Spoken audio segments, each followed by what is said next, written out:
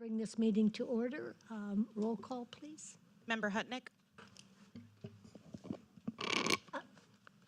Dennis, Microphone. bring it there. Here. Member Chuditsky? Here. Member Fiore? Here. Vice Chair Shu? Here. Chair Hedges? Here. All present. Thank you. Please rise for the Pledge of Allegiance. Jeff, will you lead us? Sure. Ready? Begin. I pledge allegiance to the flag of the United States of America and to the republic for which it stands, one nation, under God, indivisible, with liberty and justice for all. Thank you, Jeff. We'll now have the appeal notice read. Is that you, Lacey? Director Nelson is going to be doing our presentation. The appeal notice? Oh, yeah, okay, we'll do the presentation first. Sorry. Hold on, Pat. Sorry. It's me, No, it's me. someone. We're good.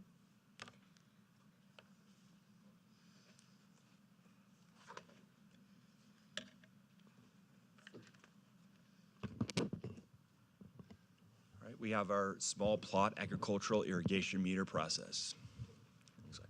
So going through the list of bullet points, the applicant must submit a letter of intent to the planning department for approval. Staff will review the letter of intent and will respond with questions, comments, and applicable requirements for the project as described in the LOL, or letter of intent. The applicant is to submit a complete building permit application with professionally prepared site plan for an irrigation meter and associated on-site improvements. Once a complete building application is submitted, building permit staff can issue a site address for the property. Plans must comply with all building code requirements. Applicant must submit an encroachment permit application to the engineering department for review and approval. This is for off-site improvements. Applicant must submit for city business license if the site will be selling goods. And the final one, once these items have been approved, staff will provide fees. Once fees are paid, the permit will be issued. Inspections will be completed by building and engineering staff. Happy to hear any questions. Thank you. Do we have any questions of Shannon? Ken? No. Jeff? Dennis? Oh, Jeff, go ahead. Can you walk through the thinking behind the requirement for the building permit? I guess what is the staff's anticipated level of submittal for a water meter? Dynamic. Can I just say something really quick, just as a matter of sort of Brown Act compliance? Because this matter is agendized as a presentation, the commissioners can ask questions that are like clarifying and directly to the process, but a sort of broader discussion or a policy discussion should actually be agendized as a discussion item for a future meeting. So I know it's kind of a fine line, and I'll leave it to Madam Chair to make that determination. Go ahead. Yeah, I would just like to find out a little bit more clarification on the building permit aspect of it, because when I'm thinking of a water meter, especially when it's not supplying a specific building, if it's intended for agriculture irrigation, it seems I guess what is staff anticipating being submitted and the reason for a building permit requirement on it? Well, every site's going to be dynamic. I was going to say that's pretty speculative. Yeah, it's hard to answer that question. Yeah, I mean, I'll just go. Typically, if there's a property out there looking to receive a water meter and water services, it's not just a water meter application. There's obviously a water connection to the water main that may warrant an encroachment permit with a lateral to that main. And then as that water is delivered on site, there's on-site plumbing, because you'll need to, distribute that water to whatever location on site, which requires a plumbing permit. And so those are, in a very simplistic way, to step A, B, and C. That's where you get into a building permit as a plumbing permit. I would like to see a more defined kind of level of service on this, because it would be different if someone is, say, developing 15-acre lot and they're looking to have a large array of sprinkler distributed throughout, versus if someone had a half-acre lot and they literally want a spigot that is metered. I apologize, but this is I agree. definitely in the I agree. discussion Yeah. territory. Okay. We'll definitely do that. Thank you. Okay, thank you. Any questions, Dennis? No, we're fine. Thank you. Thank you very much. I agree. We'll agendize it at the end. Okay. Appeal notice, Lacey. In the event that you disagree with the action taken by the Planning Commission in regards to your application, or with any condition of approval of the application which is not a specific requirement of the Norco Municipal Code, you are entitled to appeal such determination or conditions to the Norco City Council, provided that such appeal is filed with the Norco City Clerk within 10 calendar days after the requirements for appeals, inclusive of payment of an appeal fee. Thank you, Lacey. Do we have any public comments? I do, Madam Chair. Okay. Open Brian. public hearing. Brian Hubbard. Please come forward.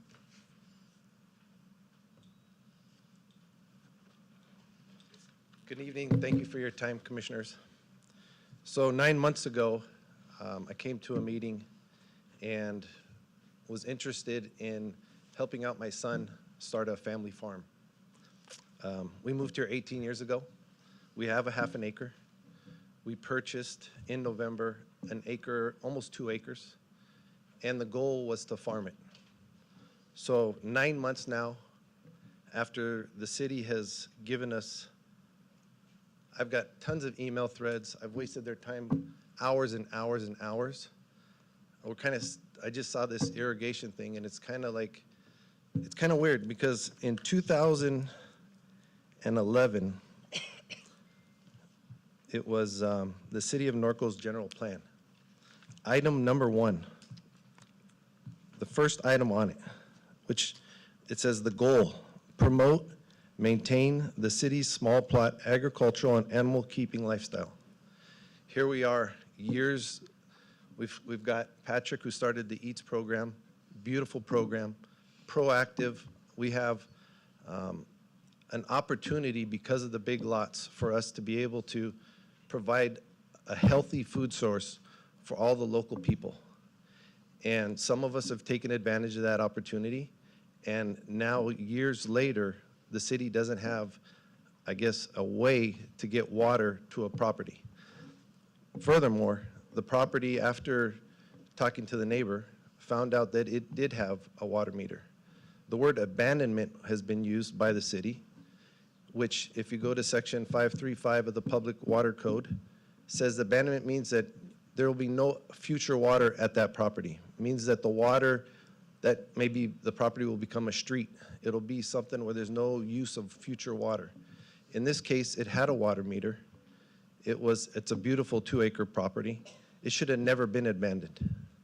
We shouldn't even be talking about this 9 months later when there's a water meter there. You guys have collected money. You guys went through the approval process. It had a business on it. It was a nursery. It's kind of really difficult because I moved to Norco because of this. And here we are, 9 months later, still no water. Trees are dying. The existing trees that were on there, there's a 13-tree orchard, no water since I bought it. So I'd like to get this thing kind of fast-tracked. I know you guys are coming up with a process now, but it's already too late. We need to have something right now. I need a reason why I can't have water. Thank you for your time. I understand. Thank you. Brandon Hubbard.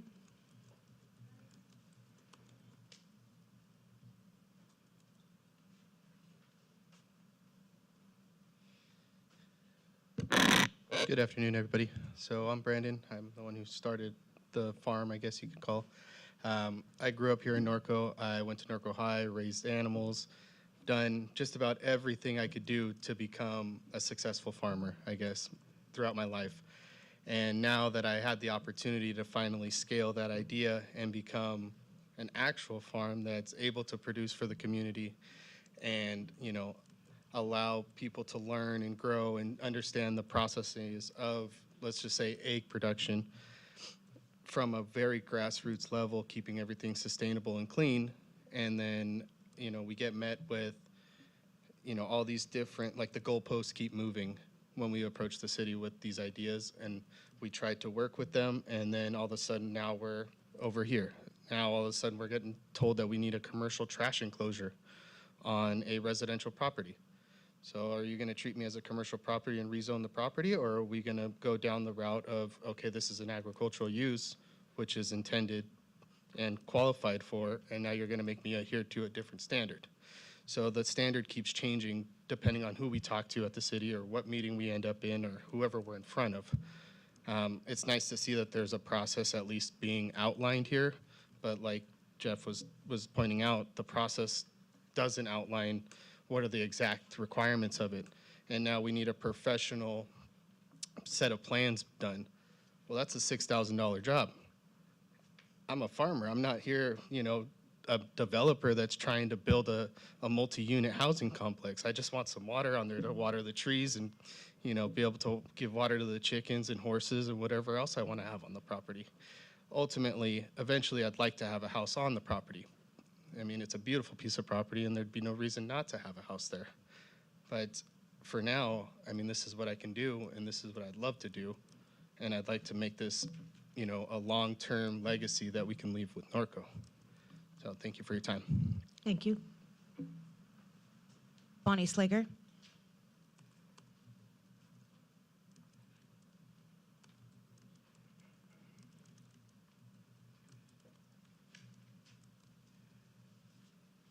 Good evening.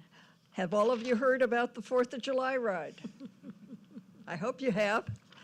All right, so I'm here to encourage all of you to ride the ride with us. My vision on this is that on 6th Street, on both sides of 6th Street on the trail between California and Sierra, we will have horses out there with everybody in their red, white, and blue, and by about 10:30 or so. So we're starting at the big lot across from the saddle sore. Because of the number of horses we're hoping to have, we'll send people out small groups at a time. We're not going to have the land rush of 250 horses going out all at once. That would be kind of crazy.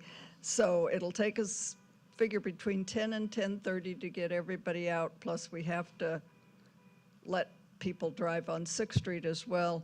Ride down, go west on the north side, and you get to Sierra, cross, and then come back. We will have Citizens Patrol helping with the crossings on both sides.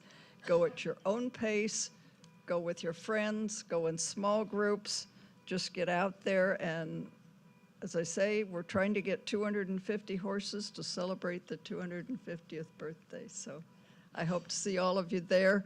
If you can't ride, come out and cheer us on. Thank you. Thank you, Bonnie. I have no further speaker cards, Chair. We'll close the public hearing and bring it back to us. Let's go to agenda item 2A, Planning Commission meetings. Do I have anyone that wants to make a motion? I'll make a motion To to accept it. I'll second. I have a motion from Member Chuditsky and a second from Vice Chair Shu. Chair Hedges, Yes. Member Fiore, Yes. Vice Chair Shu, Yes. Member Chuditsky, Yes. Member Hutnick. Yes. Motion passed unanimous. Thank you. We'll now go to agenda item 4A. I believe this is yours, Erica.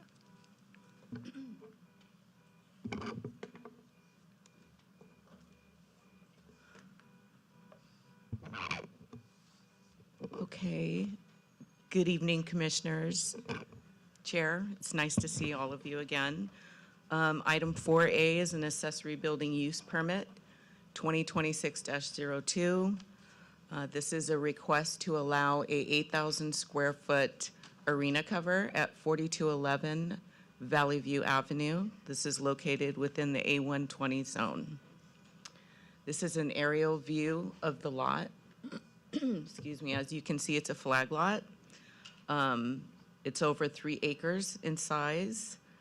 148,104 square feet of land. The site is developed with a pediatric equestrian facility known as Leaps and Bounds. The existing land use, zoning, and general plan primarily is surrounded by single-family residences within the same zone and within the same general plan. Here's a view of the site plan. As you can see to the rear of the property, highlighted in red, you see is the proposed cover, 20 feet setback to the rear. And there is also a approximately 3,900 square foot structure that is to be demolished. The project does meet all of the development standards for an open-sided arena cover. In size and in height, it meets the lot coverage and it meets the setback requirements. In order for a planner to recommend approval, it does need to meet the findings in order to recommend that approval. And staff did find that the requested accessory building use permit is consistent with the general plan and the zoning requirements of that zone. And the site does protect the open animal keeping areas. The requested accessory building use permit will not have an adverse effect on the public convenience and will not adversely affect any of the adjoining properties. We do have a new finding, finding number 3, which is the requested accessory building use permit will not prohibit a future detached new construction of an accessory dwelling unit of 800 square feet or less, and it will, with the 800 square feet or less, will still preserve animal keeping area. The city has determined, staff has determined as the acting lead agency that the project is categorically exempt from the environmental assessment per class 32. With that, I did receive about 9 comments from the public, which I think all of you have a copy of it. 2 were in opposition of the request, 6 were in support, and 1 was from the Riverside County Flood Control with basically no comment. There's no effect. All of you should have a copy of that. The request does meet all of the standards of an accessory building use permit, so therefore, planning is recommending approval of accessory building use permit. I'm sorry, hold on. 2026-02, subject to the attached conditions of approval on resolution 2026-21. And I do believe the owner is here if you have any questions. And Thank you, Erica. I'll have questions of staff. Dennis, do you have any specific questions of staff? Nothing at this time. I had a question for Erica, and it was answered, but I just want to repeat it so that it's read into the record. I had a question about the eave of the structure, and I had a question about our building code having a lower eave height on it, and asked for clarification on if a variance was requested on it, and you had provided an answer. So if you want to read that into the records, please. sure, I spent a lot of time looking at the code and trying to understand because in our accessory building use permit code, it talks about a limit of 10 feet for eave height for animal keeping structures. However, when you look at the definition of an eave height, you have a wall. You have a wall that meets the roof, and we don't have a wall with an open-sided arena cover. So it's not that it's an interpretation, it's that it's the code. So it's not applicable, and the peak is. So they are at 18 feet, and we allow that. Thank you. Kathy, questions of staff? No. Shannon? No questions. Okay, my only question is, I know that you had said that the building is going to be demolished and the existing animal structure, but I did not see it in the resolution, and I'm wondering, is a part of the resolution It number isn't. 8, will it cover it? Number 8 in the resolution, does that cover? We can add a condition, but during the building permit and the finals, that's part of the approved plans, if you so choose to approve the plans. Well, number 8 says any restrictions or conditions requiring by the approving body so I'm wondering whether that actually would cover the. Right. All right, that was my question. Okay. Would the owner like to come, we'll open the public hearing. Would the owner like to speak? Thank you.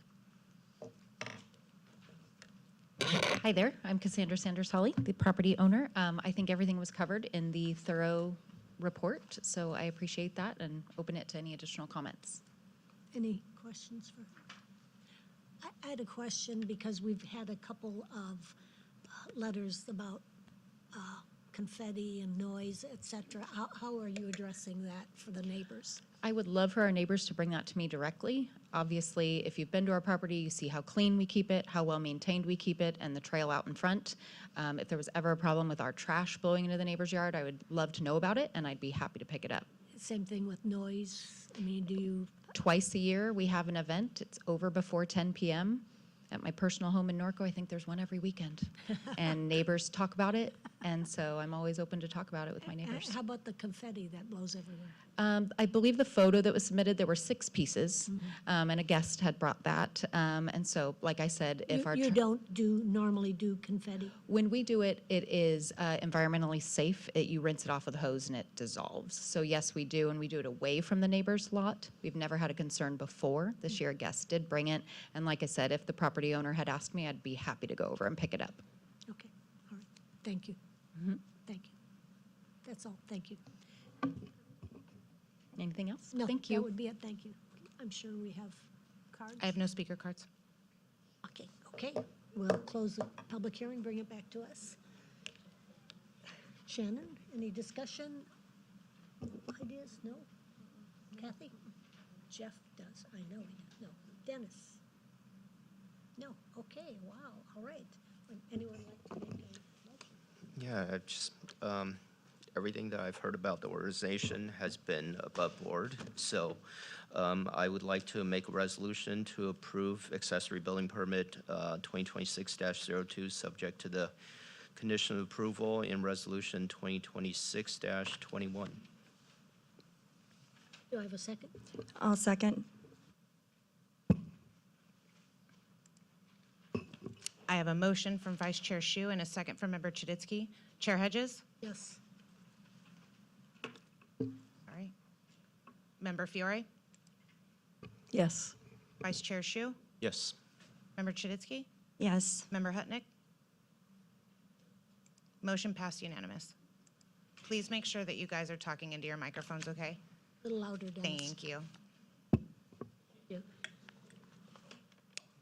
Okay, we'll now move on to item 4B. Erica, it's yours.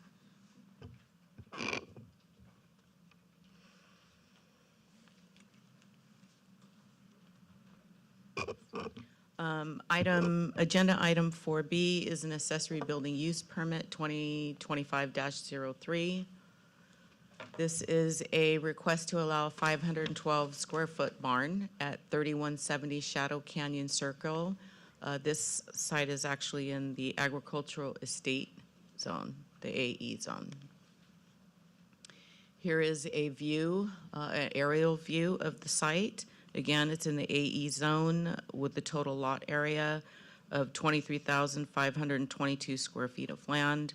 It's developed with a single-family dwelling and an attached garage. The existing land use, zoning, and general plan, this site is surrounded by agricultural estate zone, same general plan, and all of them is single-family residences. To the left of the site is, to the left of the slide is a site plan. To the rear of the house, about 60 feet, is the proposed request for the 512 square foot barn, circled in red. Behind that, with a 5-foot buffer, is the animal keeping area. To the right is the floor plan. There is a restroom, no shower, and less than 50 square feet.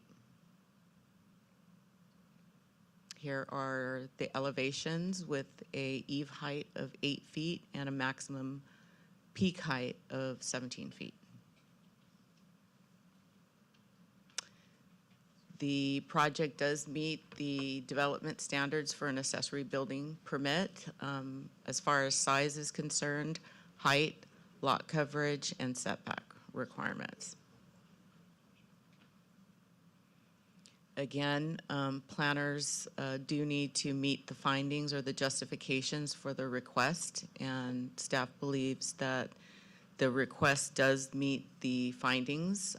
The requested accessory building use permit is consistent with the general plan and the zoning requirements of the zone. The request will not have an adverse effect on the public convenience and will not adversely affect any adjoining land uses, and keeps the historical pattern of the drainage. The request for the accessory building use permit will not prohibit a future detached ADU of 800 square feet and will also preserve animal keeping area. The city, as the leading agency, has determined that the project is also categorically exempt from environmental assessment per Class 32. And with that, staff does recommend approval of accessory building use permit 2025-03, subject to the conditions of approval on 2026-22. And I'm not sure if the applicant is here. Oh, the applicant is here. So if you have any questions, she's here. Thank you, Erica. Do we have any questions for Erica? Shannon, Kathy, Jeff, Dennis? I just got a question regarding just an information type of question. There's a wash area across from the restroom. It's pretty small. I mean, is this a horse barn? What kind of barn is it? I think it's for smaller animals. For a small animal barn. Okay. I was going to say, because the wash area is 5 foot by 3 foot or whatever. And I was just thinking if it's for a horse, it's a little horse. Okay, thank you. Thank you. I have no questions. Would the owner like to come up? Open the public hearing. Come on up, please.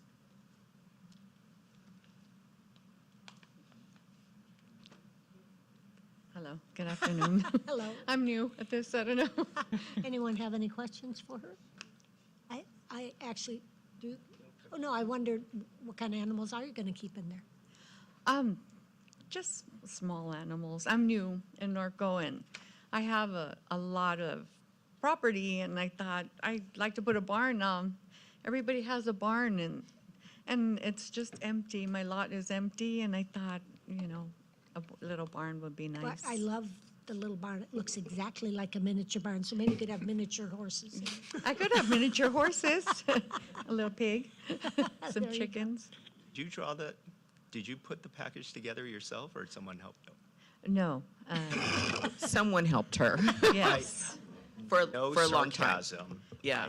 I love the hand-drawn aspect of it. I don't see it Yeah. anymore. Yeah. It's been a long time trying to get this permit. Thank you very much. Thank you. Thank you. Do we have, I have no speaker cards, Chair. okay, we'll close the public hearing, bring it back to us. Discussion and/or No, it's well within what our building requirements are. So, anybody like to do you make a wanna- motion? I'll make a motion to approve accessory building use permit 2025-03 to allow a 512 square foot barn located at 3170 Shadow Canyon. I'll second. I have a motion from Member Fiore and a second from Vice Chair Shu. Chair Hedges? Yes. Member Fiore? Yes. Vice Chair Shu? Yes. Member Chuditsky? Yes. Member Hutnick? Yes. Motion passed unanimous. Thank you. We'll now go on to agenda item 4C. Erica, it's yours.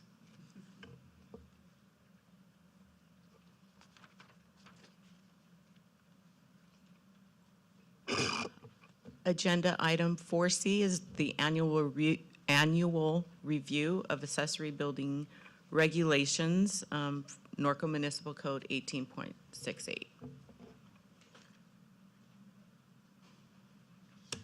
The accessory building use permits was adopted into the Norco Municipal Code to establish an application, review, and approval process, as well as the development regulations back in 2017.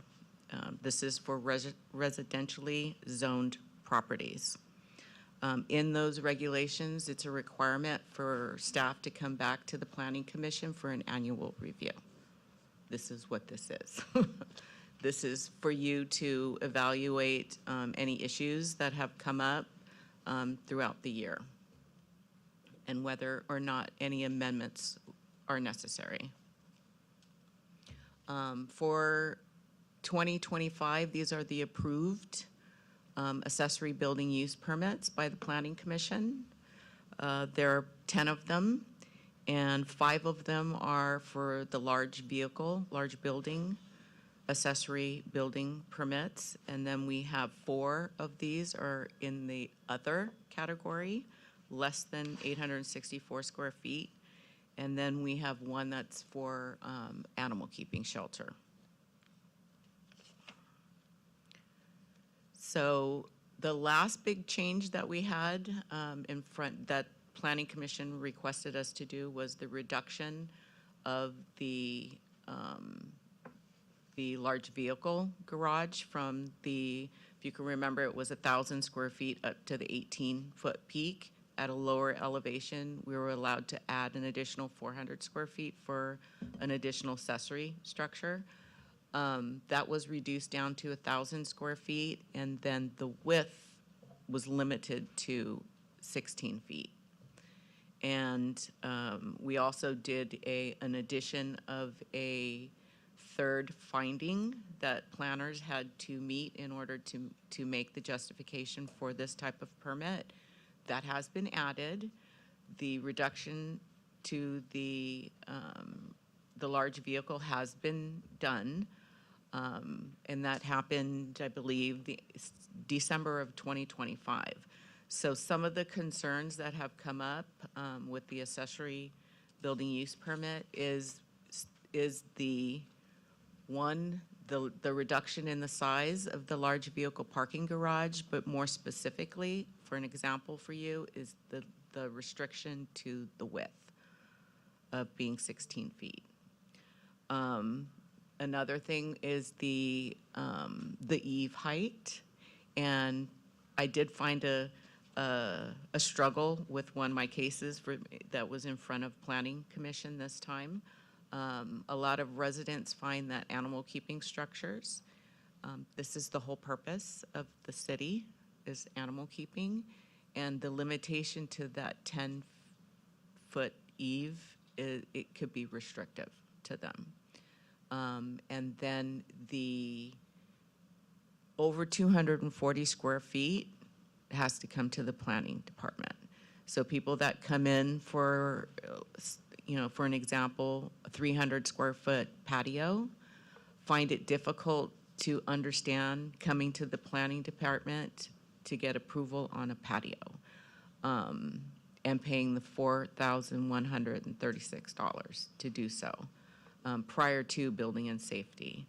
So those are some of the concerns that were brought up, and this is just a discussion that we have to bring in front of you for an annual review. And if you have any changes that you want or any amendments, then here's the time to tell us. I'll go ahead and add a little bit there. Thank you, Erica, so much for the detailed information. There's, we are working with the customer community every day, of course, and the residents give us feedback. Often it's positive, and then quite often it's not so positive. And it's fair. In my few months here in Norco, I've been able to compare how this zoning code operates in comparison to other cities. Not that they're like other cities, certainly not. But there's some basics, whether it's building size, thresholds, a patio cover typically in each city operates the same. They typically don't come to planning commission.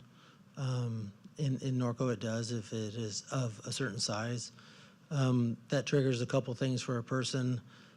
One, it's not over the counter. In many cities it is.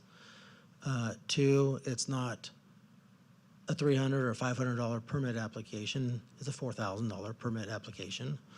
And it's not a one-day process or a one-week process. It's a 2-month process. So it's not exactly the friendliest business process of a permit type here at Norco versus other cities. And so there's a number of barriers there. And there's a lot of reasons why we're in this place, and that's okay. But there will be an evaluation of the zoning code kind of A to Z over the next few months and really going into the next fiscal year. We do have a general plan update that's coming forward that will be looking at adoption in '26. What that will lend us to as staff is there will be required updates in the zoning code, because what happens in the general plan and the land use element will carry over to the zoning code. And so we will have to do a lot of true up there, but that's the opportunity to do a whole scale amendment as a zoning code update. It would be maybe not fully comprehensive, but there is so much content there to clean up that's antiquated.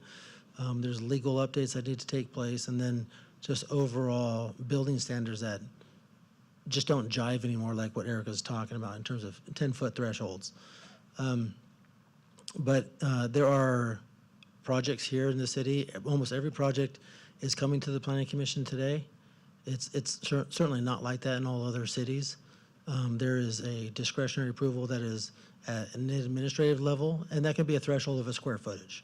It could be a 500 square foot level, 750, 800, whatever it may be, to where Planning Commission is really dealing with the larger projects that are 800, 1,000, 1,200 square feet, and not so much like a 400 square foot, smaller project that is far less intense. So we will go through a process over the coming year where we will propose a lot of updates that are very technical, and then some of them are more just discretionary thresholds that will accommodate the residents to have a friendlier process, but also that will give staff a way forward to deliver better services. But also it adds more structure and less gray areas, because there's certainly a lot of that in our code. And we don't want to leave everything up for a constant interpretation. We want it to be clear, where we understand it and the customer understands it, and there's not a debate. So that will all be forthcoming, but this is, as Erica said, it's our annual report, and you can give us feedback tonight or at the next Planning Commission too when you have more time to digest it. Thank you. Do we have any questions? Kathy? No. Jeff? Oh, Dennis? No questions. All of that, what you spoke about, we are going to be looking at, and do you have a time frame? Yeah, I would say it'd be towards New Year's at that point in time, but probably the heavier lift as we go through it will be in early 27 or the first half of 27. Because I do agree there needs to be some updates and changes, Yeah. but I know we're not all going to do it right here, so Yeah, and we want to do it all at once. that's true. Jeff? Yeah, I just want to provide a few quick feedback on specifically the issues that were raised by customers.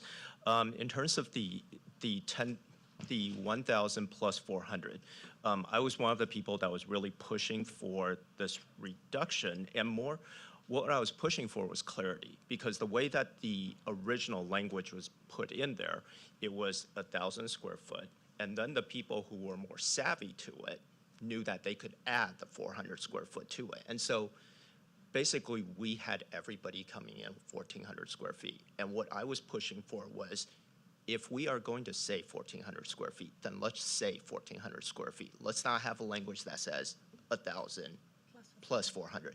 So I'm okay to the potential of increasing that, but I would just want the language to be clear, because the way that we had it before is set a different bar for people who understood it better versus who didn't. And that's kind of where I was at.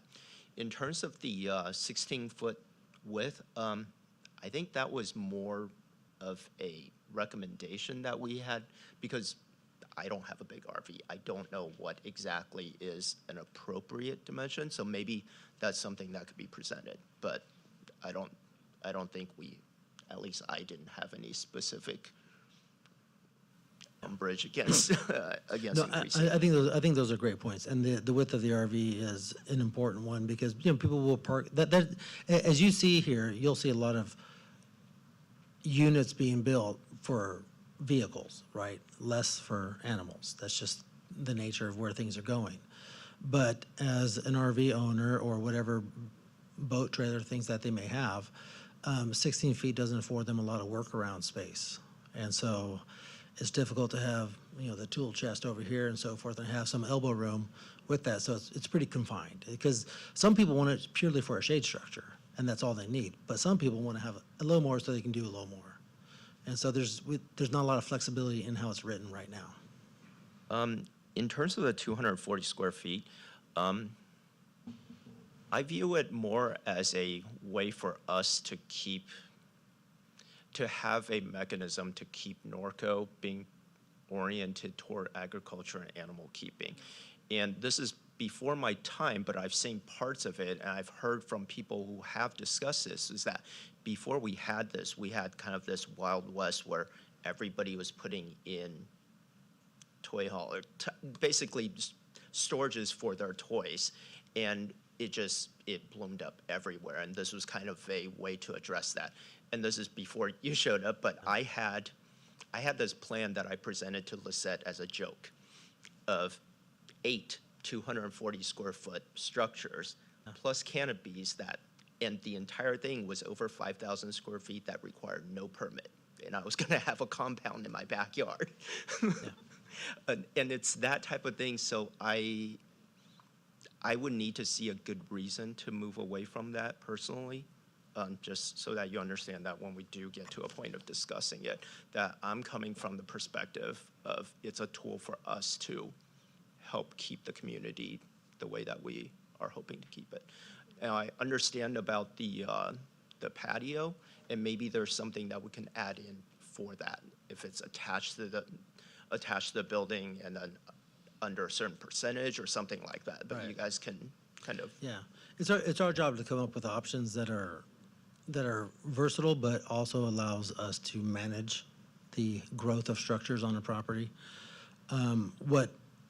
There's a number of unintended consequences that tend to happen when, if a permit is 2 or 3 times as expensive as what people feel it is everywhere else, they tend not to apply. And if their size is restricted to 240 when they really want to do 500, but they don't want to go through the $4,000 process in 4 months, they tend not to apply. And so then you start to get the nature of everyone is building without permits, which has already happened in Norco. It's not alone, and a lot of cities have it, but Norco does. The untaxed, like property tax, number of structures, I do not have a number, but I have an idea of how high it can be. And what that results in just a loss of revenue, as everyone is seeking fire services, police services, and everything else, park services and recreation. When structures go up and they go unaccounted for, unpermitted, untaxed, it's not just a health and safety issue. It's a how do you cover the expenses of a city issue. And so there's a lot of things that are interwoven and connected together. Health and safety comes first, but also just the proper accountability, being a property owner and accounting for the number of structures they have, and then paying their fair share to the contribution of the city. And So, so I've been keeping track of the budget workshops, which you guys have been crunching numbers on, and part of it is the kind of the permit fees that are associated with it. And one of the discussion is how many hours are spent on these things, and are the fees applicable to those things?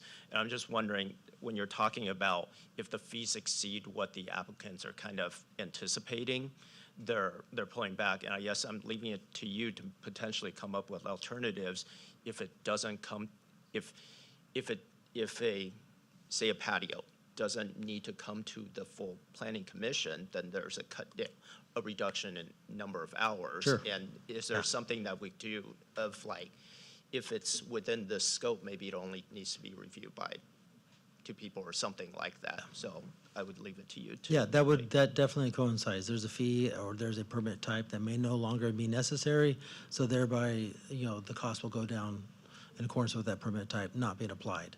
And so, a fair, it's required by law that we have our fee study looked at. The city just did it last fall, a comprehensive fee study update on all of its user fees, which includes all of our development permit fees, not diff fees.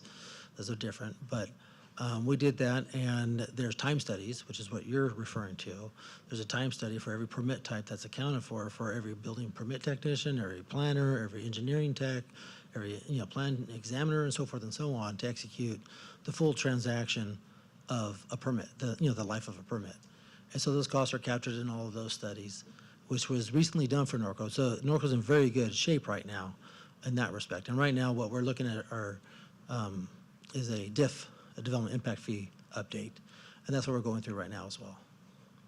Okay. That's all I've got for feedback. Thank you. Erica? First, let me say to the residents that accessory building use permit is something that's detached, not attached. So just want to make that clarification. And then this is the time for all of you to give us guidance, because we do need to take this to city council with your recommendations. Before we actually all come together and work on it? I mean, it sounds like it's going to be So, yeah, because eventually we're going to be updating. So it's up to you, yeah.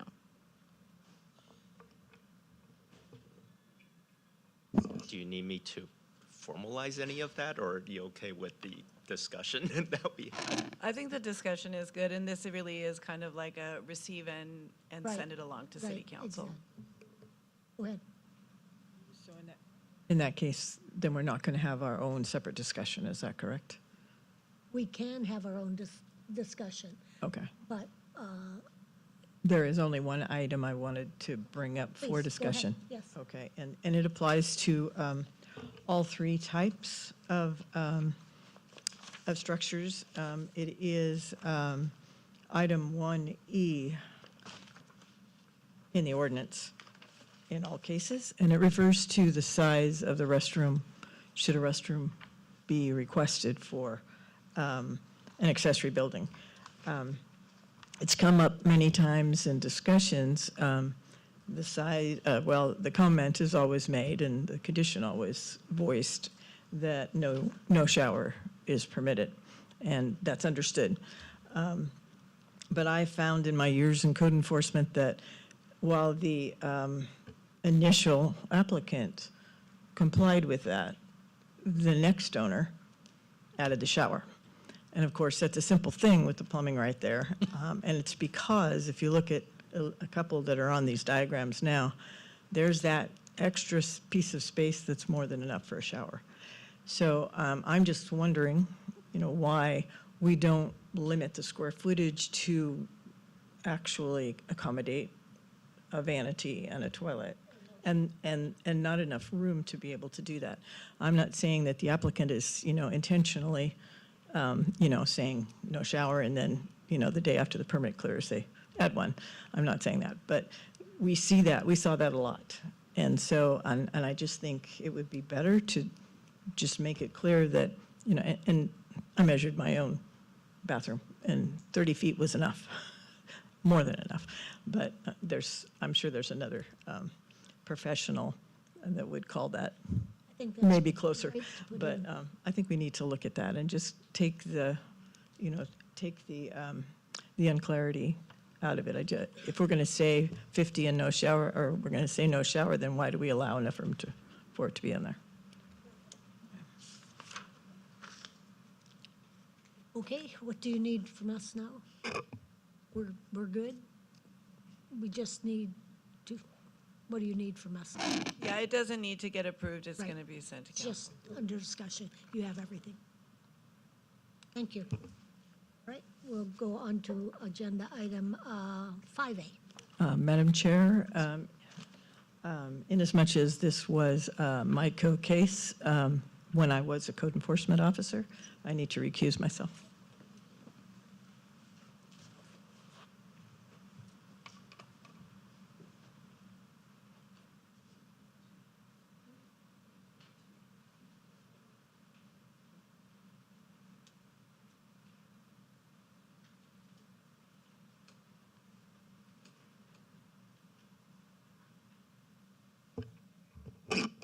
Okay, agenda item 5A is a site plan 2022-19. There's also a variance request on this, 2022-05. Whoops. This request is for a site plan to legalize an existing 1,298 square foot horse stable with an attached overhang. It's also a request for a variance to permit a minor reduction to the required graduated setback requirement for the side and rear yard setback on property located at 2376 Reservoir Drive, located within the A120 zone.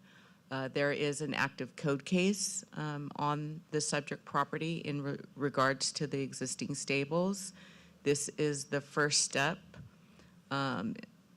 in legalizing that structure, bringing it forth to the Planning Commission for requested approval. This is an aerial view of the site. You can see in the rear, that's the stables. It will be modified to meet the standards of our accessory building use permit. The existing land use and zoning and general plan, the entire surrounding sites are single-family dwellings, all within the same zone and all within the same residential agricultural general plan designation. This is a view of the site plan. As you can see to the rear of the property, highlighted in the red, is the accessory structure that's existing, that's wanting to be legalized. There's plenty of access, as you can see, from the front to the rear. And as you can see, it's quite a bit of a sloped area that goes up to the rear of the property.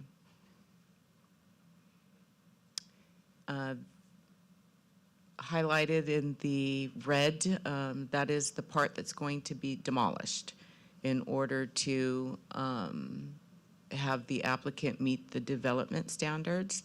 I've worked with them for years on this. Unfortunately, they've had some hard times with designers, and they kept coming back and working with planning staff in order to meet the lot coverage requirements, the size requirements, in order to keep the structure.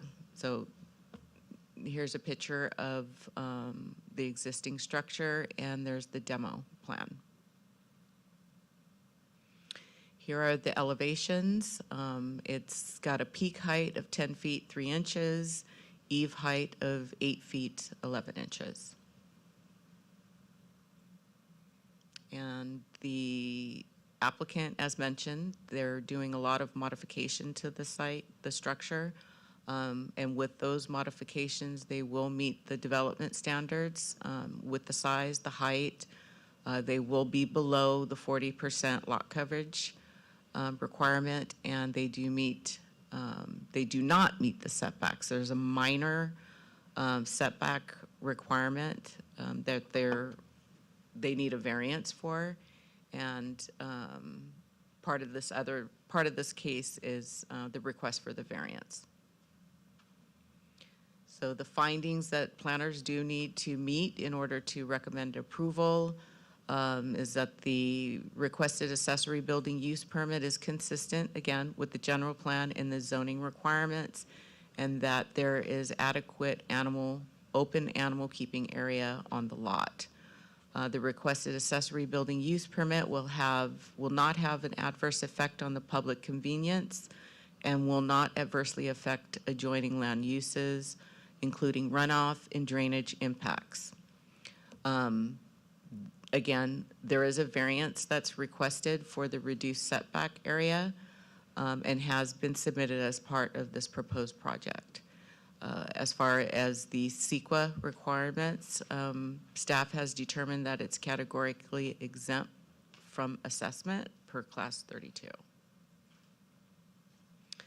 The variance request is for, again, seeking a minor relief from the graduated setback requirement of Chapter 18.68 of the Norco Municipal Code. The request is to allow a 6-foot side setback in lieu of the required minimum, this is crazy, but 8.375 feet, and a request to allow an 8-foot rear yard setback in lieu of the 8.375 feet. In order to meet the justifications for a variance, these are the following are the findings that are required. There are special circumstances applicable to the property, including the topography of the subject site and the significant sloped terrain located with the rear portion of the property. The heavily sloped area substantially reduces the usable and reasonably developable area of the property and interferes with the usability of the required open animal keeping area, which is to be on flat land. As a result, the strict application of the required setback standards limits the ability to reasonably use site structures and maintain usable open area that is consistent with the intended residential and animal keeping character of the property. While there are similar sloped conditions that exist on surrounding properties within the area, the requested minor setback relief is necessary to reasonably accommodate the existing stables on the subject site due to the specific layout, configuration, and location of the existing improvements that are constrained by the buildable area of that lot. The requested reductions to the side and rear yard setbacks are very minor in nature, represent the minimum relief necessary, and will not adversely affect the properties surrounding it or the character of the neighborhood. The findings number 2 is the granting of the variance is necessary to avoid practical difficulty and undue hardships and to prevent results inconsistent with the general purposes and intent of the zoning code. The minor setback relief provides a reasonable alternative to demolition, allowing the continued use and legal compliance of existing horse stables while maintaining the site's animal keeping function. The granting of the variance will not result in a prejudice against other properties in the vicinity because they have every right to also file for a variance. The granting of this variance will not result in any material damage or be detrimental to any adjacent property. And again, I do want to say that they worked years with the planning staff, and they have really done what they can to keep their animal keeping structure. And I don't see that this would be materially damaged to other properties. And the granting of the variance will not be detrimental or contrary to the general plan. The general plan designation for the subject property is RA with a zoning designation of A-120, which is consistent with the general plan. One of the planning commissioners requested a long time ago that this fifth condition finding be added, which is the granting of variance will not limit animal keeping on the subject lot. And it's an animal keeping lot, and it's a animal keeping structure, and they're requesting approval for that. So with that, planning staff is recommending that site plan 2022-19 be approved, subject to the attached conditions of approval in resolution number 2026-19. Also approve variance 2022-05, subject to the attached conditions conditions of approval under resolution 2026-20. And the owners are here. Thank you, Erica. Dennis, do you have any questions of staff? No questions. I'd like to commend the planning staff for their work on this. You guys really Thank you. stuck your foot in it, and you're really making things happen. And it's difficult. It seems really difficult, and I'm not going to stand in your way. The property owners worked really hard with planning, so I appreciate that. Jeff, any questions of staff? Clarification, and I'm asking only because I want to make sure that it's written into the records clearly, just so that it doesn't come back later potentially. We're requesting variance for 6 feet side yard and 8 feet rear yard setback. It may be because I have the luxury of the digital copy and I can zoom in and out. It's indicated on the drawing that it's a 6-foot rear yard setback. I want to make sure that we have that correct and that it is reflected correctly in the records. If it's wrong one way or the other, I just want to make sure that they're reconciled.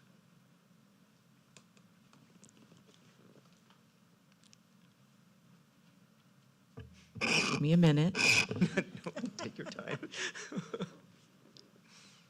This is why I have to zoom. I am a little blind.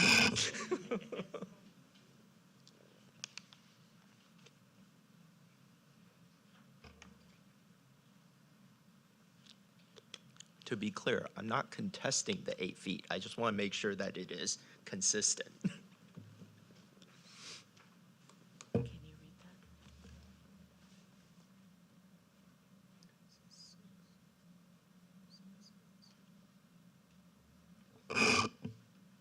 So there is a correction, it's 6 feet. Thank you. Shannon, any questions of staff? No questions of staff. Do we want to hear from the owner? Does the owner want to come and speak? You don't have to. It's up to you. I'll open the public hearing. Come forward. Hello, Hello. my name is Erica Zavala. I am the owner of 2376 Reservoir. I just want to thank you for the time of considering getting this proposal approved.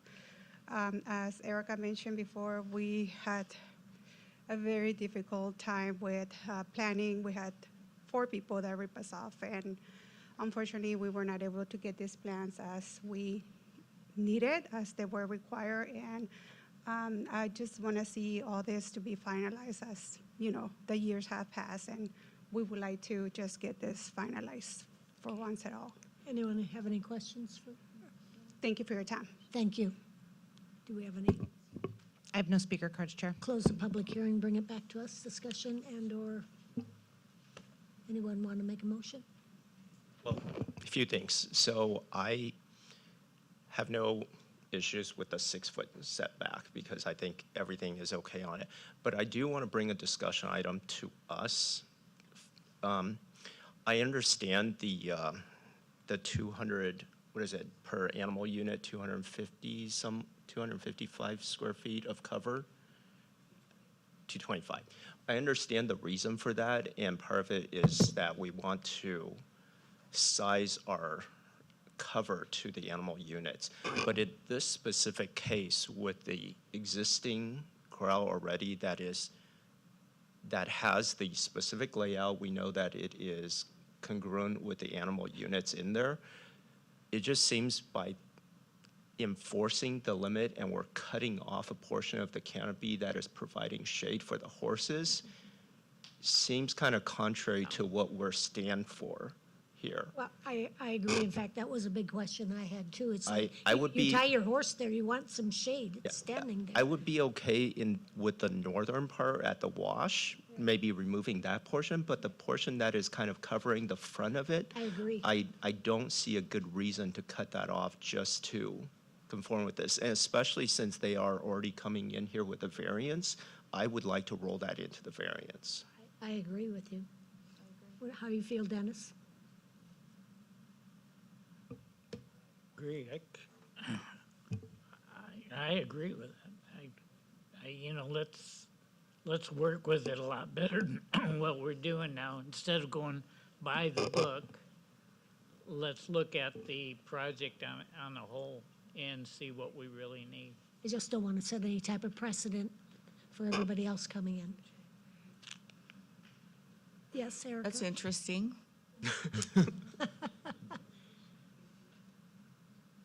So, I mean, we can do something like that and Yeah. continue this. No, And- I think a planning commission, it's up to our attorney here, but if planning commission makes a motion with that modification, with contained within their recommendation and their approval, I don't see an issue, but that's to our city attorney. That would be fine as long as it's clearly on the record what the modification is to the variance. Stand. Okay, I like that. Any other discussion, or was that mainly it? Was it? Go ahead and make the motion. All right, I will make a motion to approve site plan 2022-19, subject to the conditional approval on resolution 2026-19, and variance 2022-05, subject to the conditional approval on resolution 2026-20, with the noted revision of the both side yard and rear setback to 6 feet, as well as the removal of the coverage over the, Wash area? no, the wash area stays, But we want to add back, right, the to retain the canopy area. canopy over the corrals. Is that clear? I'll second that.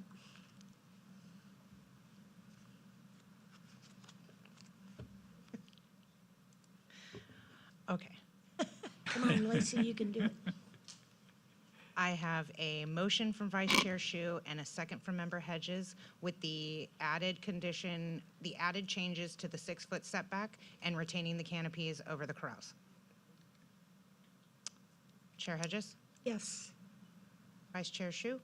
Yes. Member Chuditsky? Yes. Member Hutnick? Yes. Motion passed unanimous.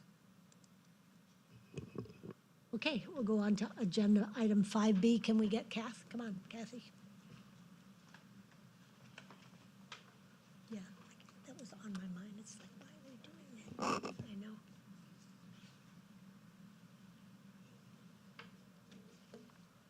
Michael. Hey.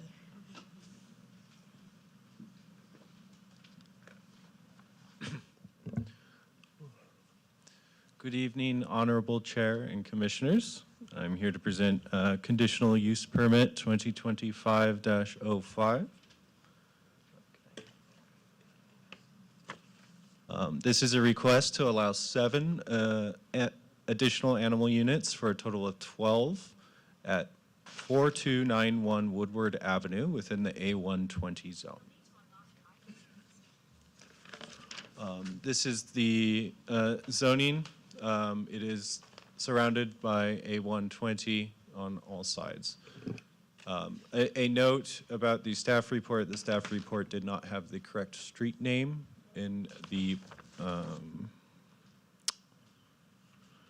when it referenced the frontage is approximately 74 feet along the east side of Woodward Street, or Avenue.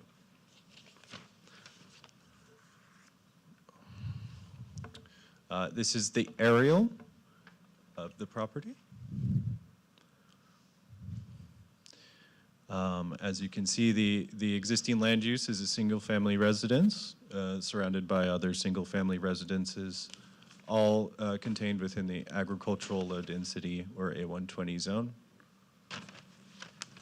This is the potential layout of the site if the additional animal units are granted. The green area is representing permitless corrals, and then the blue area is the animal keeping area for the site. If you look on the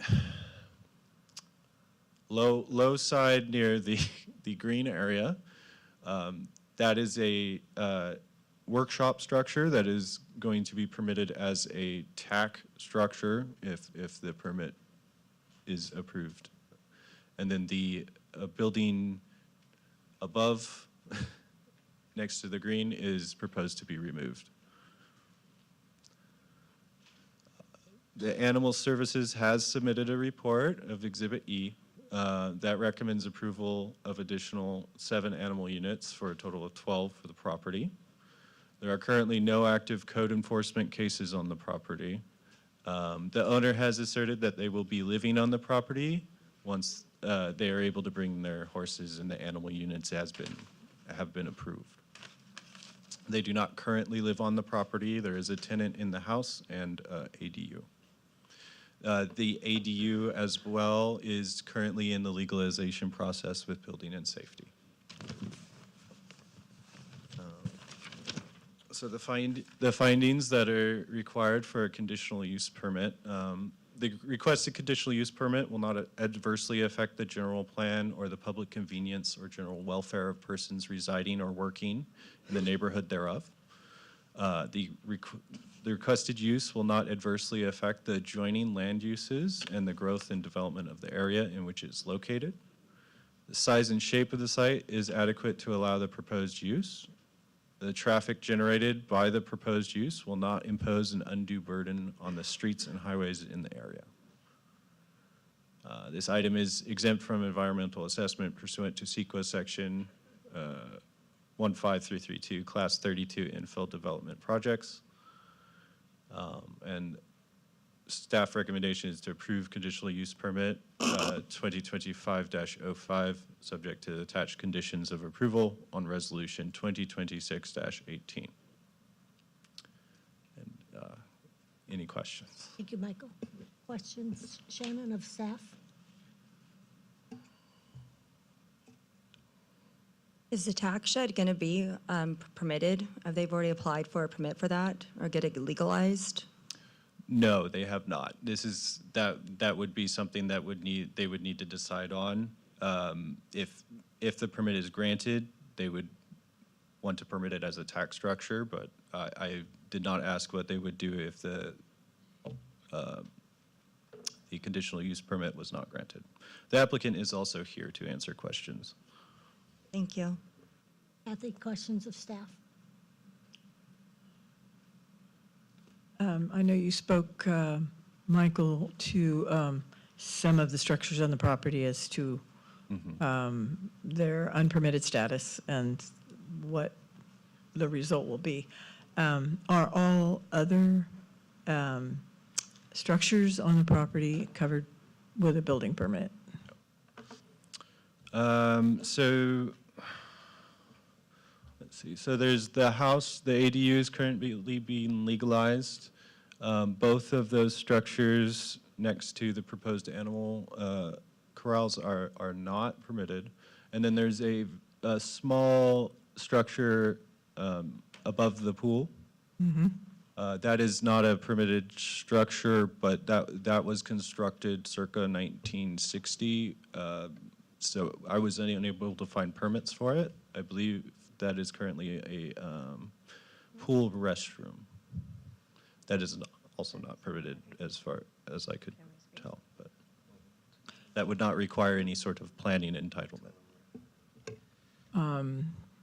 It does have plumbing and electrical to it, I would assume, to be an active. I do not know about the electrical status, perhaps. they will be able to answer that once Okay. the public hearing is opened. Hi, good Oh, evening. no, I'm sorry. We have to wait to call you up, please. Go ahead and sit down, we'll call you up. Thank you. Okay, and then the covered patio, Was removed. This- 613 square foot covered patio. There's two of them on there. There's the one that is going to be removed, the 504 square foot, and then there's the other one on the, it'll be on the bottom of your, Is it the one that was attached to the ADU? 613 no, it's on the square other property line, the west. My north, I didn't see the north arrow, so foot. This one? 613. Yes, 613. It's the one that's behind the house. the house, yeah, attached to the rear of the house. Yes, that has already been removed from the site as of today. The plans don't reflect that it was removed. Okay, so that one's removed. Yes. Okay. All right. So I'm assuming there was no discussion about the bathroom as to whether or not that would remain or need to be removed? If it's an unpermitted structure, if there is a condition that the property will follow the codes, it would require a building permit if Building and Safety deems that it does. Jeff, questions of staff? Oh, go ahead, Dennis, next. I have an issue with the wording as far as mentioning 12 horses. I think we need to keep this as 12 animal units. And the reason for my discontent is have 12 horses, but I got 15 goats. And yet, oh yeah, but my CUP says 12 horses, and that's all I have is 12 horses. And the issue is animal units. So let's keep it at 12 animal units, cut and dry, no specifics as far as horses go. Let's just leave it at that. And that way, the goats or whatever come to play in it as animal units. Okay. Okay. Sorry about the confusion. Jeff? Could I just let Commissioner Hutnick know that the resolution actually does refer to animal units, while the staff report says horses? Right. Okay, Michael, I will apologize ahead of time for the tone of this, but I am really going to take staff and animal control to task on this. As I'm looking at this property, it is a very conforming half-acre site that we can see anywhere in Norco.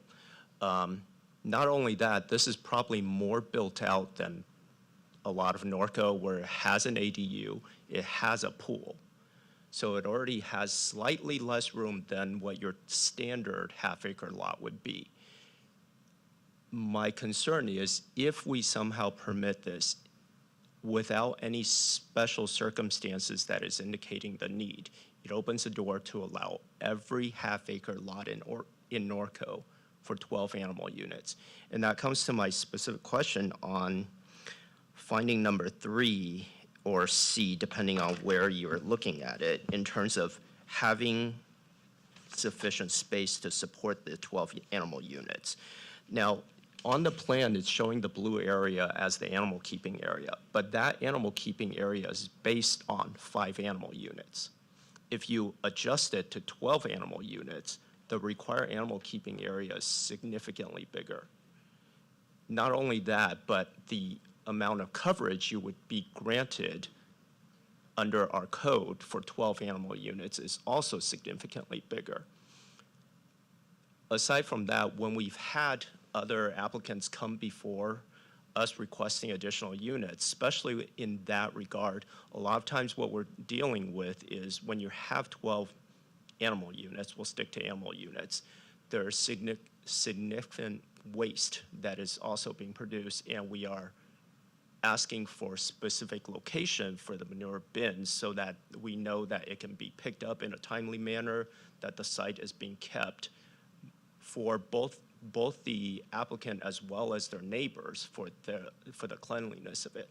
So when I'm looking at this, I'm having a hard time understanding how we're making the finding that there is sufficient space here for people as well as the animal units. 12 is a lot, and I don't remember if you were with us when we had a very lengthy discussion about animal keeping area last year, Michael. Fia, who's now part of the city council, brought up a lot of technical information from different cities on how much space is necessary for each animal unit. And Norco is actually on the low side of that study. And so I am looking at this and what we have in our code in terms of required space for each animal unit, and I'm just having a really hard time justifying this. And I'd like to ask our animal control in a second to come up to speak to this, but I'll just say it's not written in our code, but one of the things that we have operated under in the past is that when someone has come in to request additional animal units, the standard had been if you provided a good cause and reason for why you needed it, we would kind of accept half again as much as permitted. So in a case of a standard half-acre lot, we would go up to something like 7, potentially 8 if you have good reason for it. But beyond that, we really look for very specific reasons to make that exception. So I'm just having a hard time on this, and maybe animal control can come up and speak to how you guys were able to come to the assessment that 12 animal units would be acceptable here, especially from my understanding, there's none that's actually occupying the space right now. So we don't really have a existing condition to compare to if we were to increase it 2.5 times.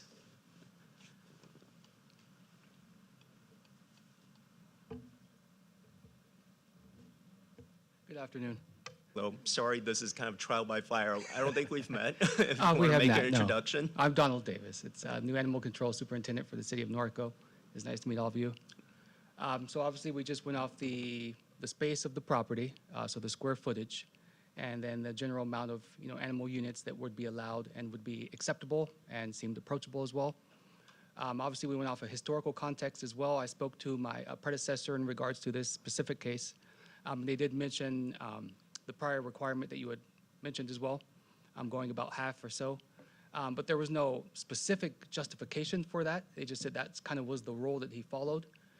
So in looking at this property, it felt appropriate to allow it. I looked at the historical context as well with another property that was, I think, 1.5 acres and was allowed 35 horses or 35 animal units. So in comparison, it seemed appropriate. Obviously, I wasn't full of the entire historical context, though, of everything. And I think it's important to consider that because the one that you're talking about in terms of the 1.5 acre and the number of animal units, they were actually requesting more than that before, and we cut it down to that. And it was a commercial property with significant requirements that were written into the condition, where it had significant cleanliness requirements, setup requirements that we imposed on there. It was not a half-acre site. And so I think that's a really important distinction to make there. Okay, yeah, I understand. While you're up there, anyone have any questions? Animal control? Okay, thank you. Thank you. Any more questions of staff? Okay. Well, go ahead, Michael.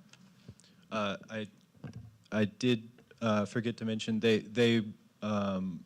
did ask where the waste manager would want the manure placed, but they did not receive a specific answer. Their driveway is somewhat sloped as well. So that is also a condition of approval, that they have a waste manager, and they said that they would comply with wherever they desired the manure or what have you to be placed on the property. Thank you. Open the public hearing, come on up. Would you like to speak? Good evening, how are you? Fine, pull that down towards you, there you go. Is that better? Good Yeah. evening, Good. Lindsay and Lewis and Brooklyn. We are part of our family here tonight. Thank you, Erica and Michael, for helping us. So, we are actually a family of 5. 2 are missing. The reason why we're asking for so many stalls is because we actually all ride. So we all have a horse of our own, which is part of the equation. We also have mares, which we use for breeding, and that helps us maintain our horses and our expensive hobby to have horses. So that's why we want so many. As far as room,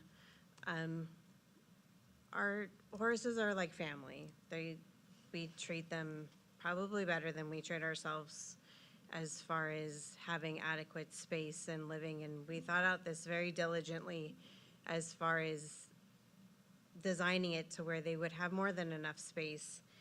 And where the property is located, it's right near the wash where you can go down and you can ride. And, you know, we haven't moved because we have to move with our family, and our horses are our family. And this is all diligently designed so that we can come here and settle and make this happen. So this is why it is all sought out. And as far as you were asking in regards to that room next to the pool, it is permitted. I don't know why you didn't see that. There are permits. I'm sorry that that was missed. If they need to be brought out again, I guess we can do that for you. But we have tried to be very diligent as far as getting everything done in a timely manner. That's why we pulled down the patio covering right away. Like, we're trying to do everything as fast as possible and as diligently as possible to please everybody, to make it happen so that we can make the move to come. So. Well, if you guys are familiar with Santa Anita stalls are 12 by 12s. The proposed stalls are 8 by 6, no, I'm sorry, they're 12 by 16, I believe, if memory serves right, or if not, they're 12 by 12 as well. So I'm giving the adequate space as far as using Santa Anita as, you know, a staple for the amount of space that we have. Those rooms, the ADU, the garage there, it was a garage and it's been converted into an ADU. The other one, as you know, if you ride, you have a ton of tack. We need that space for our tack equipment. So the amount of horses is really the amount that we currently own, and we currently reside in Camarillo, California. We bought the property over a year ago, and we haven't been able to make the transition because of the animals. And being part of the family, we are not willing to part ways with any one of our family members. Yeah. Anyone So we're have any- hoping you guys can see our side of it, I guess. Anyone have any specific questions? Jeff? Yeah, I absolutely appreciate the horsekeeping aspect of it. I think one of the big draws for Norco is that we have such an extensive trail system throughout our city. So in terms of the idea that there's space for our horses to be exercised and stuff like that, I absolutely understand. Just from my position here, I also have to really worry about precedence making. And so I need for you guys to convince me of a very specific need for this. Now, can you tell me about the horses that you currently have? Do you have 12 horses, or what is the reason for the ask for 12? Because you told me that you have a family of 5 and you all ride, and then you have mares. So tell me about what you have and the reason for the 12, because 12 is substantial. So we feel it. Convince me. You know, as far as convincing goes, you know, one thing leads to another, right? And we started off with one horse. Yeah, just pull it towards you. You can pick it up. Yes, absolutely. There you Yeah. go. Hello, testing. You know, one thing leads to another. We purchased one horse. We actually started off with race horses, and we gradually moved into the hobby of actually riding, which is why we decided to purchase in the city of Norco. We submitted our plans during the actual escrow period in hopes that we can transition to the city of Norco sooner. But like we had mentioned, it's been a really long time. We board at a facility in Somis, California, where we are currently boarding 9 horses. The reason why we asked for 12 is because we have a few mares that are in foal. So we use that to kind of subsidize some of the cost in order for us to maintain this beautiful hobby for our family, right? The reason that we got involved in horses is for our family. It teaches them responsibility, it teaches them work ethic, everything that we want to instill in our children, the horses have brought to our lives. And that's why it's such a big part of our family and our livelihood. As a matter of fact, our eldest daughter goes to UCSB, and one of the stallions was supposed to go to UCSB and board there with her while she was at school. And because he is a stallion, she didn't want to geld him. I wanted to, but she didn't want to. But those are the main reasons why we decided to move to Norco, is to be able to be part of the community here, become responsible constituents of Norco. Any other questions? Dennis? No? I'm still on the edge. I'm not convinced that that parcel will hold to 12 animal units. I had a half acre, and I know what 12 animal units take up, and it's a rough road to I go, completely so- understand. We're shooting for the sky. We didn't want to limit ourselves. We right now we currently have 9, and we really want to transition over from Ventura County to Norco. And if 9 is what gets approved, that's what we will take. We really are looking forward to move as soon as possible and try to get this going. Completely up to the panel. Whatever the decision is, we want to thank you guys, the commission, Erica, Michael. You guys have been fantastic, and we're looking forward to joining the great city of Norco. Is that it, Dennis? Okay, thank you very much. Thank you. We have cards. I do. Bonnie Slager?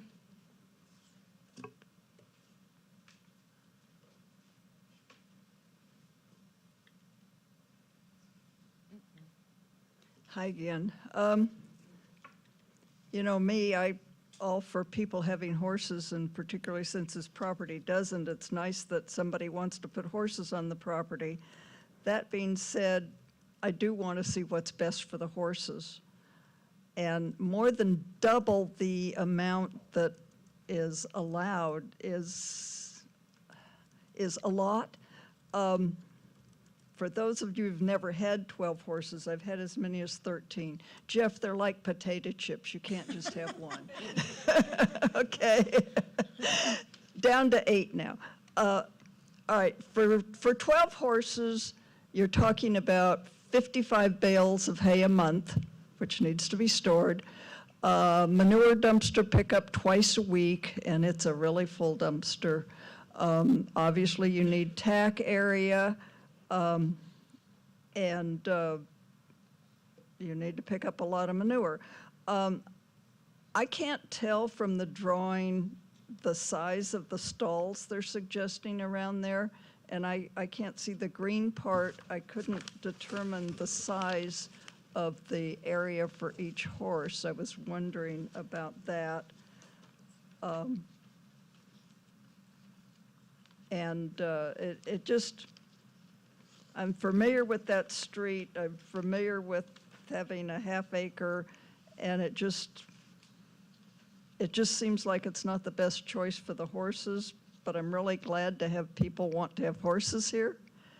And I want to make sure the horses have adequate space, particularly if you have mares and foal, they need some room. So again, what's best for the horses? Thank you. Thank you, Bonnie. I have no further speaker cards, Chair. Okay, we'll close the public hearing and bring it back to discussion. Dennis, what are you thinking, Dennis?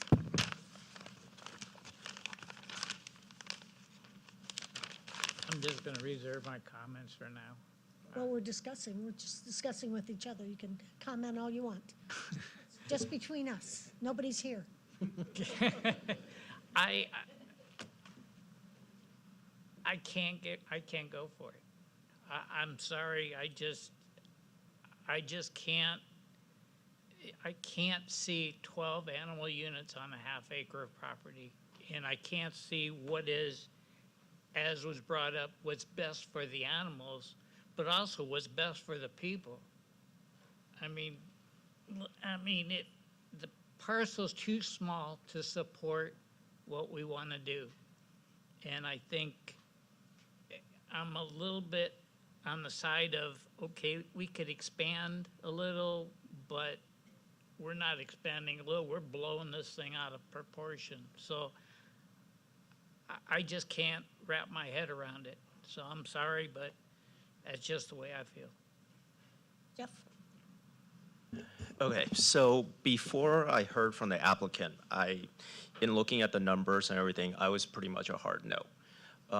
Hearing from the applicant, I am trying to figure out some way that we can get horse community people into the city. If what they are looking to do is accurate, I'm definitely not on board with the 12 animal units, but what I am wondering about is if we can condition this differently for a lower number of animal units with a much lower sunset time so that we would actually verify the conditions.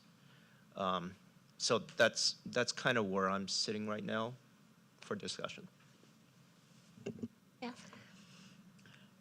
I agree with Jeff in that I'd like to see what we could do to approve a level of horses that is agreeably consistent with what's felt to be a better number for that size property. They have said, and it was nice to hear that they're willing to come down.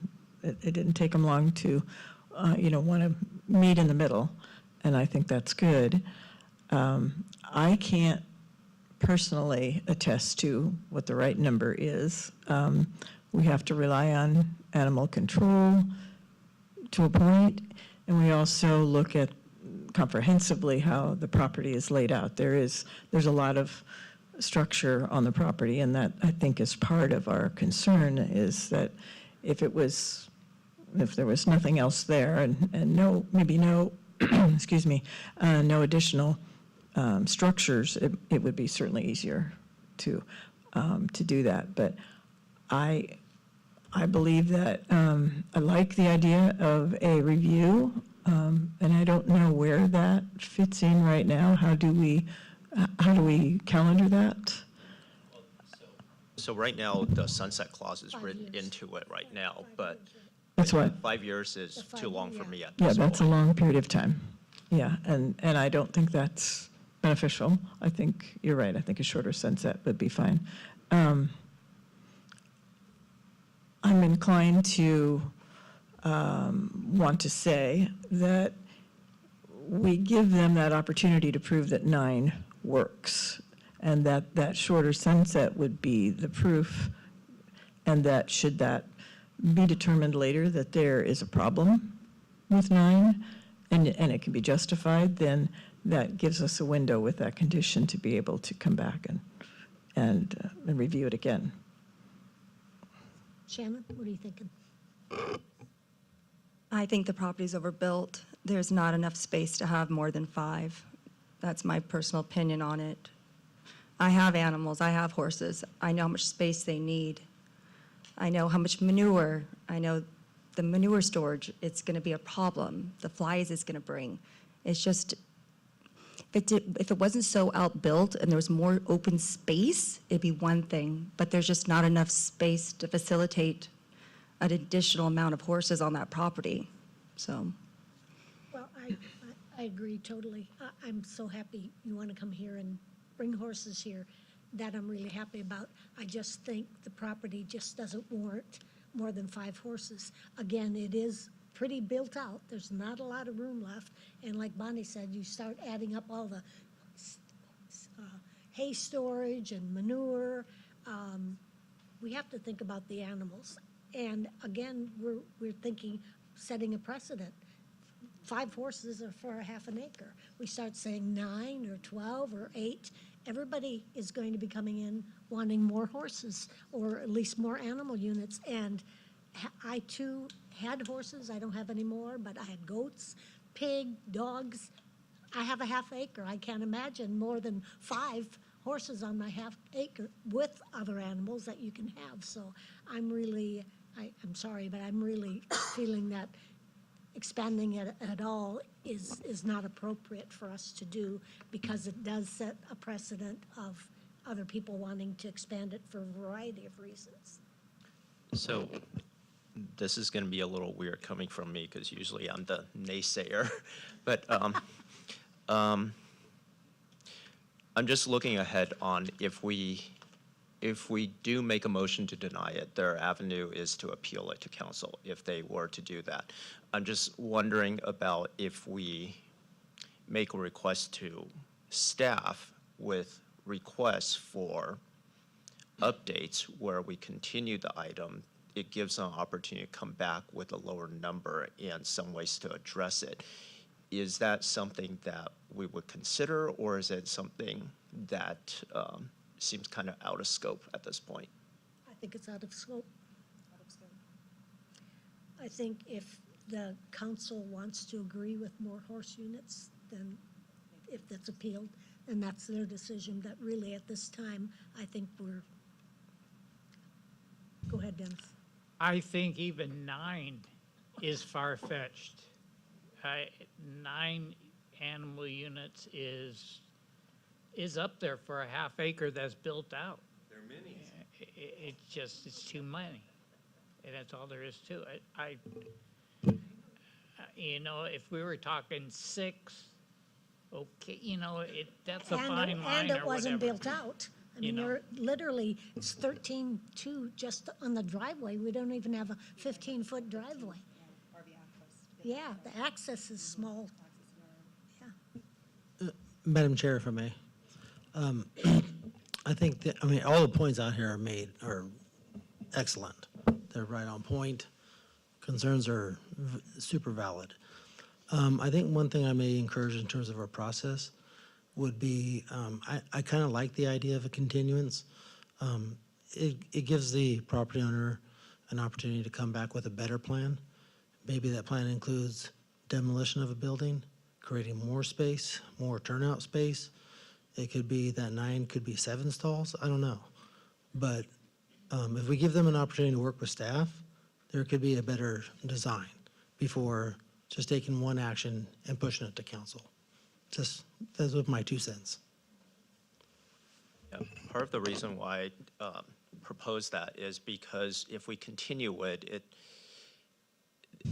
continuing versus denying it is that there's a cost with the appeal as well. And part of this is that I don't want to push a potential family of horse people away from the city by making it too onerous. I think that if we offer them the opportunity, let them know our concerns, and give them the opportunity to come back and show us, hey, we heard your concerns. Here's how we're looking to address it. That would be a kind of that's where I'd like to come from. I'm not comfortable with that at all. It's 5 units. We're supposed to have 5 units. Again, we're setting a precedent. It was a half an acre, and you knew it was a half acre when you bought it, sorry. And that's 5 animal units, and again, setting the precedent. And I think, I understand the appeal is costly, but I think we need to make decisions based on what the evidence we have and what we've seen, as opposed to, if they come back, more than 5 is not gonna fit. Even the way it is right now, 5 will fit, but knocking down a building, there's not even that much space when you knock things down left over. So I'm not comfortable with that, but anyone may make a motion and we can take it from there. Well, I am comfortable with Jeff's position. Make a motion. Okay, I will make a motion to continue this item to, do we want to do date specific? I'll do date specific to, what is our next one? July, what, 15, 16? Calendar. Is it 60? July 8th. 8th, yeah, I was going to say, I thought it was July in the 8th. beginning. Oh, 8th. okay. I'll make a motion to continue this agenda item to date specific July 8th for staff to work with the applicant to address the concerns raised during this meeting. I second.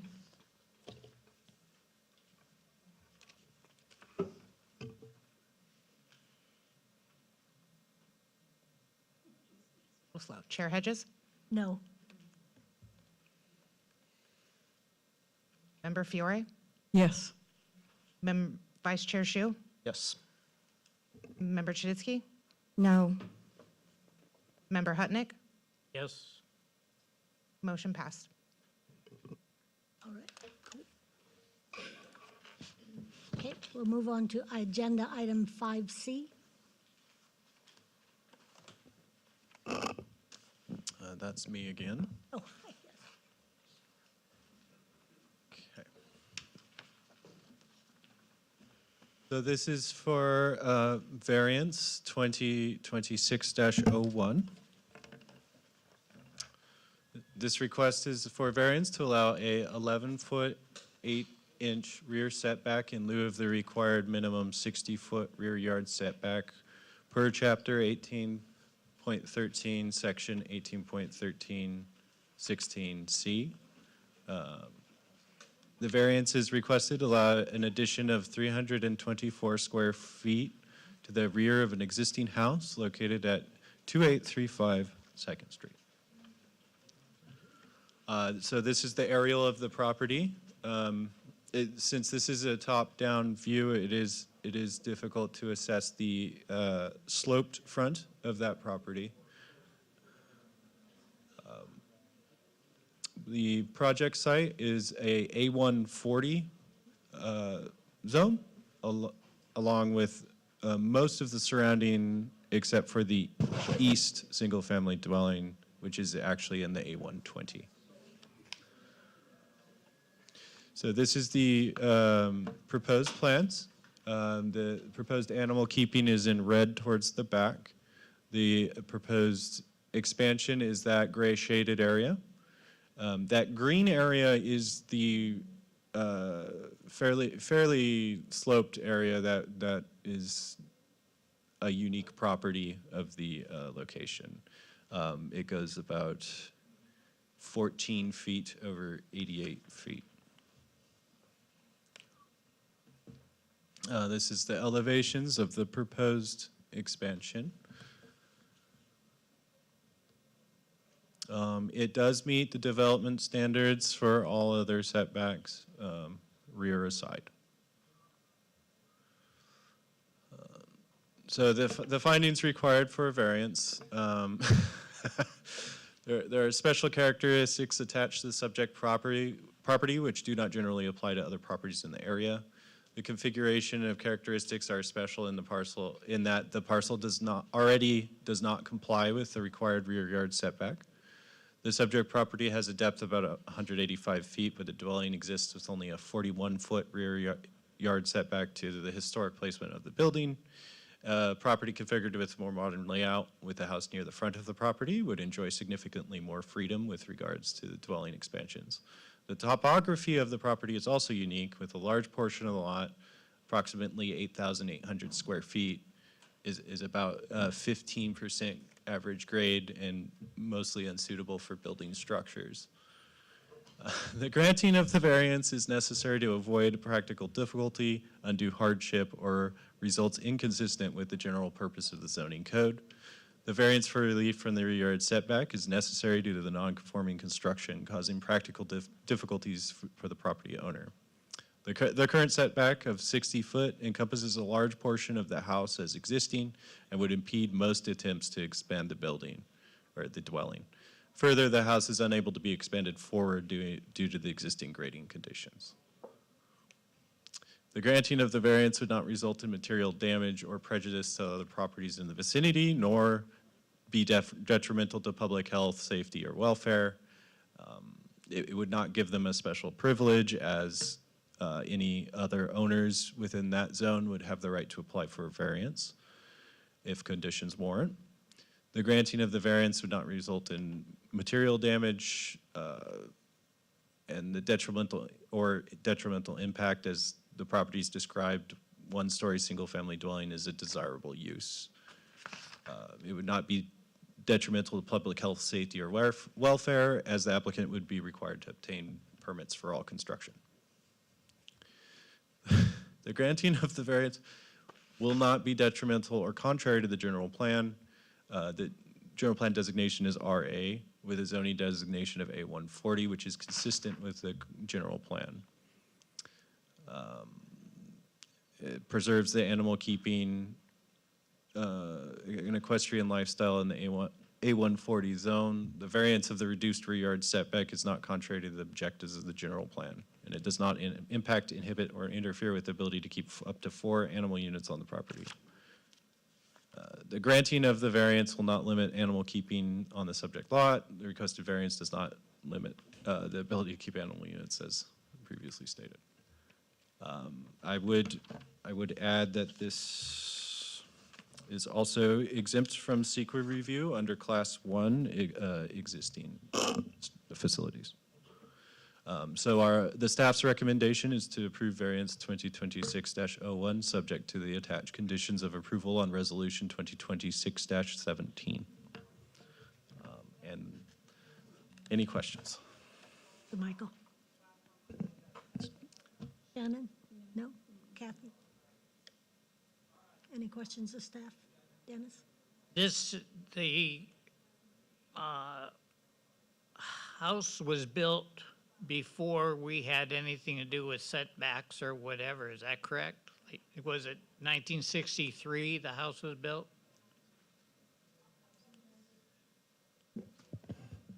I believe so, yes. This is a older property.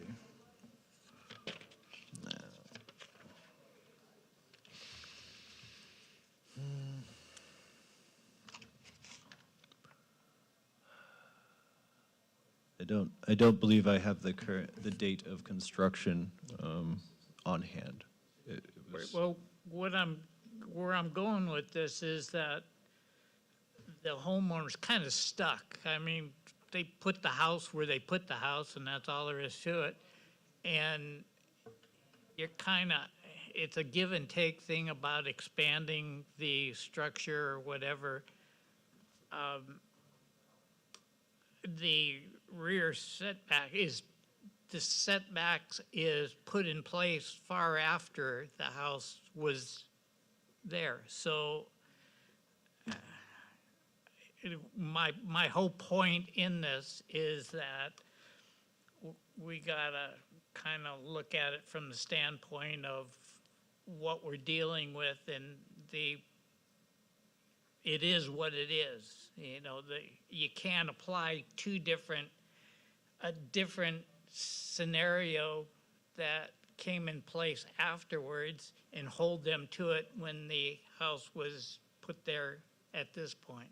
So my whole thing is, if it was built way back then we gotta kind of open the door to say, okay, this doesn't apply to them. So that's just my feeling on it. And my question was, is that a true date? And it's not like something that could fall under the new present standard of setbacks. That's it.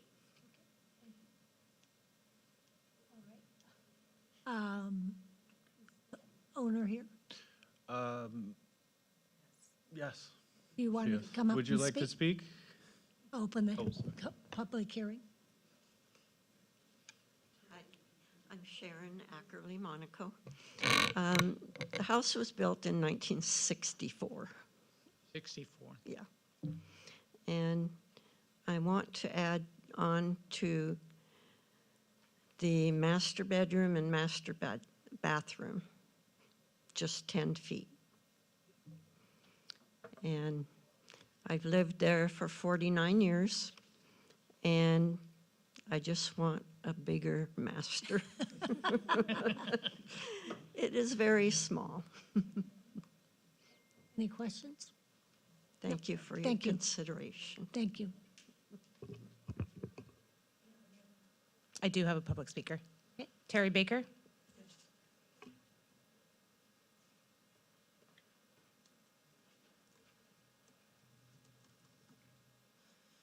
Good evening, Commissioners. I'm basically here because of a letter I received from the city regarding this item. I wanted to see what my neighbor was up to, and I believe I'm about to open up a can of worms. I may not want to, but I feel I have to. My first concern is the address on this paperwork is incorrect.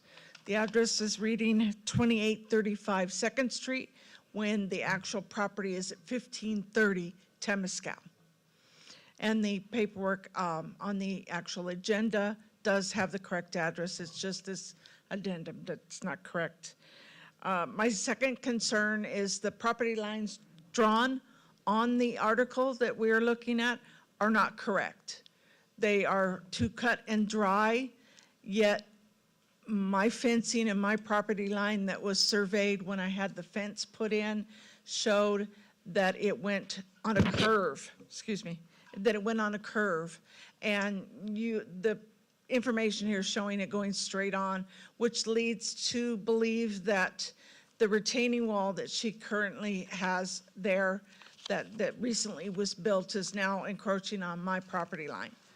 I don't know if that is accurate or not. I just would like to find out a little bit more about that, so I'm going to have to do a little bit more research.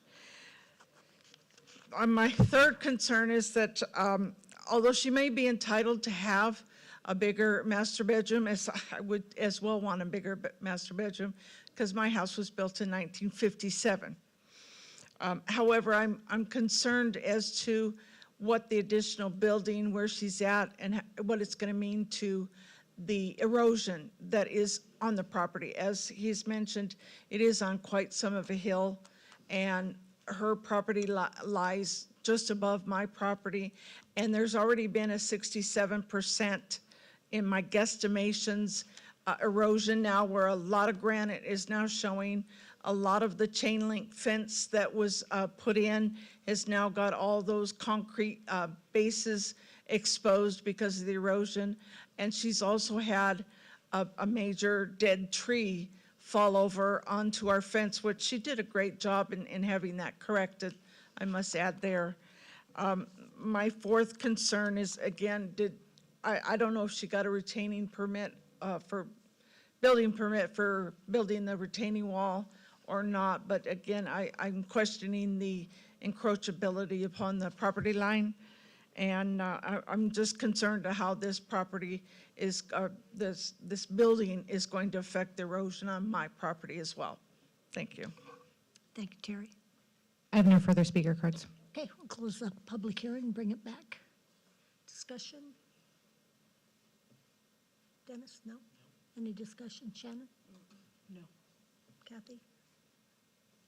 No, I think the neighbor raises some concerns, but I think we have to stick to our charge of the Planning Commission to review what is in front of us in terms of the setback requirement. And I kind of fall in line with Dennis in terms of the age of the building and the criteria is there. Part of our rear yard setback is really to make sure that we're able to maintain an animal keeping area, and they're showing the amount there, especially with the finding of the challenging site topography. I agree that that is a valid finding on there, so I tend to think that I'm okay with these. Okay, anyone want to make a motion?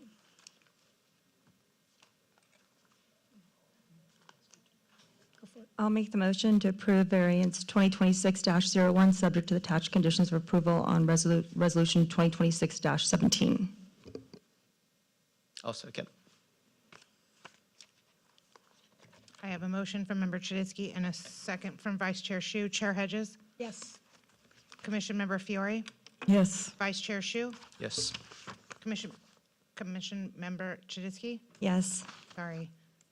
Commission Member Hutnick? Yes. Motion passed unanimous. Well, I think we did it. But, Gotta agendize yeah, what were we going to agendize? the water meter. I like that, yes, let's do that. Anybody else have any items want to agendize?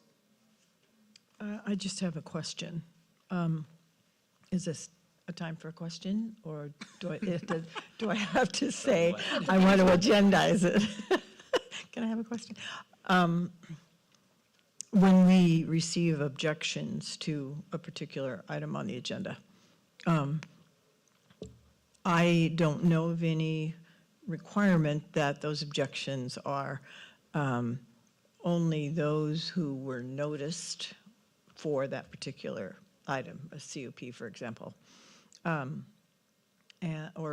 any of the projects for that matter. But are we okay with just anyone in the city having an objection when they are not personally impacted? So yes, in general, the reason for the Brown Act and the 72 hours notice is so that anyone in the city can look at anything that's going on and then can register comments, objections, support, or, come in and be heard, or send a letter in and have that become part of the record. Okay. All right. Thank you. Want to agendize, young lady? Dennis, did you? Okay, well then, we're closed.